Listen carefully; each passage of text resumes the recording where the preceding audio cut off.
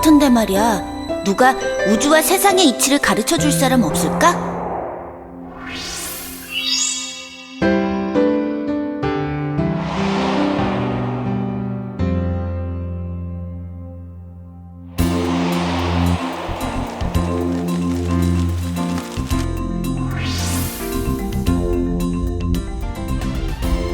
세계 각국에서는 자랑하고 싶은 자국의 위인을 세계에 알리는 여러 방법 중 공통된 한 가지가 있습니다. 그것이 바로 화폐. 화폐에 위인을 새겨 통용시키는 것이죠. 우리 한국은 지폐 화건이 총 4가지가 있습니다. 1,000원권의 퇴계 이황, 5,000원권의 율곡 이이, 만원권의 세종대왕, 5만원권의 신사임당이 있죠. 4종의 지폐 중 주리론의 퇴계 이황 선생이 1,000원권에, 주기론의 율곡 이이 선생이 5,000원권에, 이렇게 2종의 화폐 인물이 학자입니다. 이렇게 우리 한국을 대표하는 위인으로 학자를 지정했는데요. 왜일까요?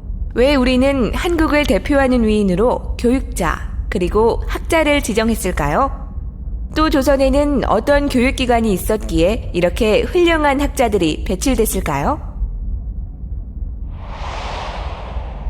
조선에는 지금의 국립대학교와 같은 성균관이 있었습니다. 지방의 공립학교는 향교라 하였죠. 그리고 사립학교도 있었는데요. 그 사립학교가 바로 서원입니다. 서원은 2가지 가치를 중요하게 여겼습니다. 첫 번째는 배향, 그러니까 유교적 관점으로 선현을 받들어 제사를 지내고 그의 가치를 추구하는 것. 2번째는 강학, 즉 학문을 연구하고 닦음으로써 만물의 이치를 깨닫고 선비의 자세를 갖추는 것이 그것입니다. 그러면 어떤 필요 때문에 서원이 생겼을까요? 최초의 서원인 소수서원을 세운 주세붕 선생을 만나러 가겠습니다. 정말 큰일입니다. 관악인 성균관과 향교가 제 역할을 못하고 있어요. 훌륭한 인재를 배양하고자 만든 교육기관인데 지금은 파벌리로 당리당량만을 일삼고 있지 않습니까? 학교를 만드는 것이 어떻겠습니까? 네? 고려의 성리학자 안양을 기리는 사당을 지어 예를 갖추고 교육 본연의 강학을 할 수 있도록 하자는 것이죠. 1550년 명종이 백운동 서원에 소수서원이라는 현판을 하사하고 책과 노비, 땅 등을 주어 장려하였습니다. 이것이 사액서원, 즉 임금이 현판을 하사한 서원의 시초가 됐습니다. 국가의 보조를 받는 서원이 부흥하는 계기가 되었죠. 그 후 전국 각지에서 많은 서원이 생기게 됐습니다. 이러한 서원은 향촌의 질서를 정하고 백성들을 계도하는 역할도 했습니다. 무엇보다 학문을 발전시키는 연구소 기능을 했는데요. 특히 다양한 학문의 길을 모색할 수 있는 열린 학문의 자세를 취했죠. 그리하여 다양한 학풍이 생기게 됐습니다. 이러한 서원은 자연스럽게 지방 학문의 중심이 되었고 지식을 연구하고 토론하며 출판과 도서관 기능을 하였습니다. 학문을 후학에게 계승하는 오늘날의 대학과 같은 역할을 한 거죠.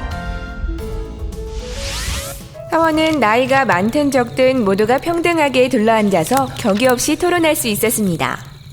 그럴 수 있었던 것은 서원은 인성을 최고의 교육 목표로 삼았기 때문입니다. 네놈이 지금 책을 보고 있었던 것이냐?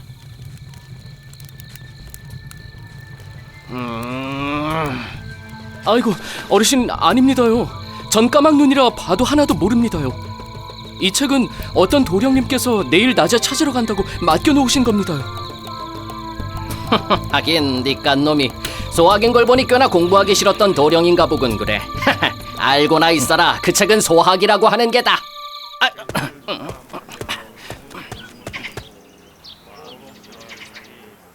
제가 안 거라. 예. 에이! 아니, 니놈이 지금 여기가 어딘 줄 알고 앉아있는 게냐? 응? 놀랄 것 없다. 이제부터 우리와 같이 강학을 할 학생이니라. 무릇 사람으로 태어나 공부의 뜻을 갖는 것은 당연한 도리이고 인성을 닦음에 있어서는 귀천이 없는 것이다. 퇴계 이황 선생은 평등한 인권, 기회의 균등, 사람을 차별하지 않는 정신, 당대엔 상상할 수 없을 정도의 혁신적인 가치관을 갖고 계셨죠. 진정한 인성교육이었습니다. 서원의 역사 중에 잊어서는 안 되는 중요한 역사가 있습니다. 그것이 바로 나라사랑 정신이 깃든 국난을 극복하려 했던 의병 활동입니다. 포충사는 임진왜란 당시 호남 지방에서 최초로 의병 7천여 명을 모집하여 왜군과 싸우다가 1593년 8월의 금산 싸움에서 전사한 고경명과 그의 두 아들 그리고 유팽로, 안영의 충절을 기리기 위한 서원입니다.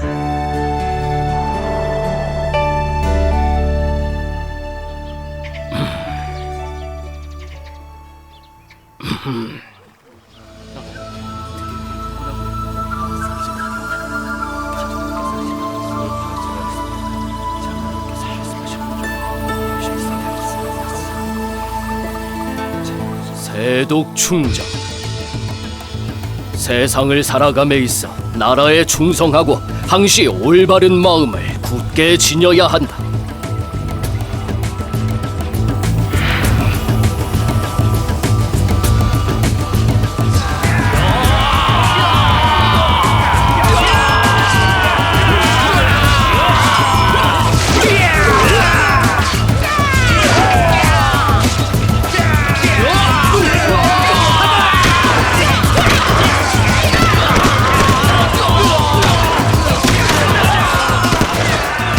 이렇게 당대의 지식인 이서원의 선비들은 임진왜란의 국난에 목숨을 아끼지 않고 의병을 일으켰습니다. 그리고 구한말 조선의 국력이 쇠약해져 일본과 을사늑약을 맺었을 때도 의병을 일으켰습니다. 현재 우리나라에서는 구대서원을 유네스코 세계유산으로 등재하려고 준비하고 있습니다. 최초의 서원 소수서원을 비롯해 도산서원, 경산서원, 옥산서원, 남계서원, 피람서원, 무성서원, 도남서원, 도동서원이 그 9대 서원입니다. 서원은 건축물로서도 완성도가 높은 문화재입니다. 유교적 사상을 따르면서 기능미와 자연미를 동시에 추구했죠. 서원에서는 위치를 선정하는 것에서도 건축 사상이 반영되어 있는데요. 문이 작은 데다 전체적으로 건물이 매우 검소합니다. 검소한 선비 정신에 따라 복잡한 장식을 피하고 들어가는 출입구를 낮게 배치했습니다. 그러한 이유는 배움의 장소에서는 지위고하, 남녀노소를 막론하고 자세를 낮춰야 한다는 사상이 반영되어 있습니다. 담장 밖에는 언제나 푸른 소나무와 고든 대나무를 심어 바라볼 수 있도록 했는데요. 선비들의 고든 정신을 가르치려고 한 것이죠. 조선시대 학자들은 물을 무척 중요하게 여겼습니다. 우물의 물은 펀해도 줄지 않고 비가 와도 넘치지 않죠. 학문도 그래야 한다고 생각했습니다. 깊이 있게 학문을 해서 쉽게 바닥이 나서도 안 되지만 그렇다고 지식을 제대로 이해하지 못한 채로 무조건 우겨넣기만 해서 편협하고 옹졸한 사람이 돼서도 안 된다는 뜻입니다. 이것이 학문에 대한 유교적 태도였습니다.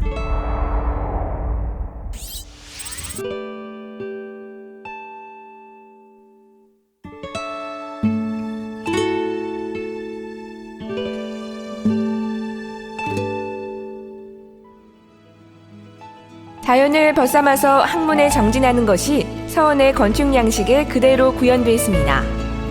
이처럼 인성교육을 최우선으로 삼고 사람을 아끼고 자연을 존중하며 국난에는 행동하는 지성으로서 강직한 모습을 보였던 우리의 학자들, 그리고 그들을 있게 한 한국의 서원.